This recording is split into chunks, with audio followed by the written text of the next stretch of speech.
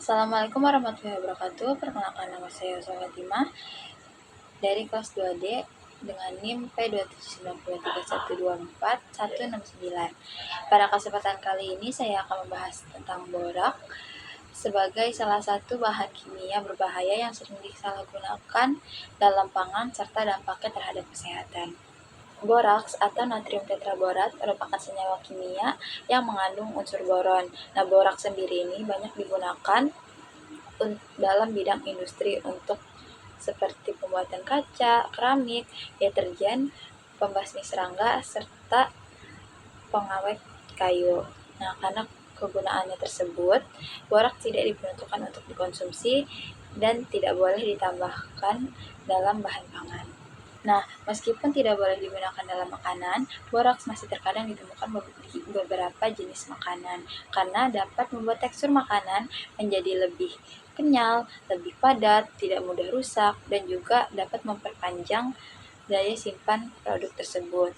Nah, contoh dari beberapa makanan yang masih ditemukan mengandung boraks antara lain itu ada mie basah, lalu ada bakso, terus ada lontong serta kerupuk. Selanjutnya, jika kita lihat dari aspek toksikokinetika, yaitu perjalanan zat toksik dalam tubuh yang meliputi absorpsi, distribusi, metabolisme, dan ekskresi, boraks ini masuk ke dalam tubuh melalui makanan atau minuman yang telah terkontaminasi oleh boraks tersebut. Kemudian, setelah tertelan, boraks akan diserap melalui sistem pencernaan dan masuk ke aliran darah. Kemudian, si boraks tersebut akan didistribusikan ke berbagai organ tubuh, terutama ke hati, ginjal, dan juga sistem saraf.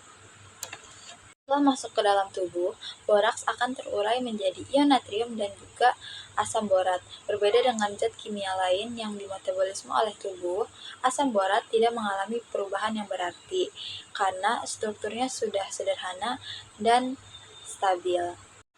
Sehingga sebagian besar boraks akan dibuang oleh tubuh melalui ginjal dalam bentuk urin. Akibatnya, ginjal menjadi organ yang paling sering terdampak dan berisiko mengalami kerusakan jika terpapar boraks dalam jumlah berlebih. Kemudian, dari aspek toksikodinamika, boraks dapat menimbulkan efek toksik dengan mengganggu fungsi normal sel dan jaringan tubuh. Nah, boraks ini dapat menyebabkan iritasi pada saluran pencernaan, mengganggu aktivitas enzim, serta merusak membran sel. Akibatnya, dapat terjadi gangguan pada berbagai organ, terutama pada ginjal, hati, dan sistem saraf. Lalu, paparan boraks dalam jumlah besar dapat menyebabkan keracunan akut. Gejala yang dapat muncul yaitu ada mual, muntah, diare, nyeri perut, sakit kepala, lemas, dan juga dehidrasi.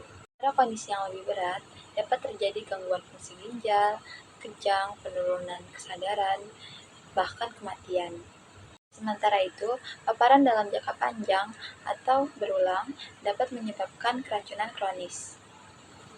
Dampaknya antara lain yaitu penurunan nafsu makan, penurunan berat badan, gangguan fungsi hati, kerusakan ginjal, lalu ada gangguan pada sistem reproduksi, serta gangguan pertumbuhan dan perkembangan pada anak. Nah, untuk mengetahui adanya kandungan boraks dalam makanan atau minuman, dapat dilakukan pemeriksaan laboratorium. Adapun prinsip pemeriksaan ini adalah sampel diabukan terlebih dahulu, kemudian abu yang diperoleh diasamkan dengan asam klorida atau HCl dan setelah itu diidentifikasi dengan kertas kurkumin. Seperti pada praktikum yang telah dilakukan, alat dan bahan yang digunakan antara lain yaitu pertama ada alat, yaitu ada cawan porselen, tanur, pipet tetes, lalu ada gelas ukur, desikator, kaca arloji, yang terakhir ada kertas kurkumin.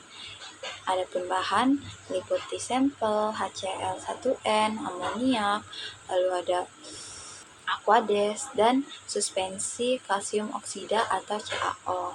Secara singkat, pemeriksaan ini diawali dengan sampel yang dihaluskan, kemudian ditimbang dan dipindahkan ke cawan porselen. Kemudian ditambahkan Aquades dan suspensi CaO hingga suasananya basah. Kemudian sampel dipanaskan di dalam tanur atau menggunakan tanur hingga diperoleh abu putih.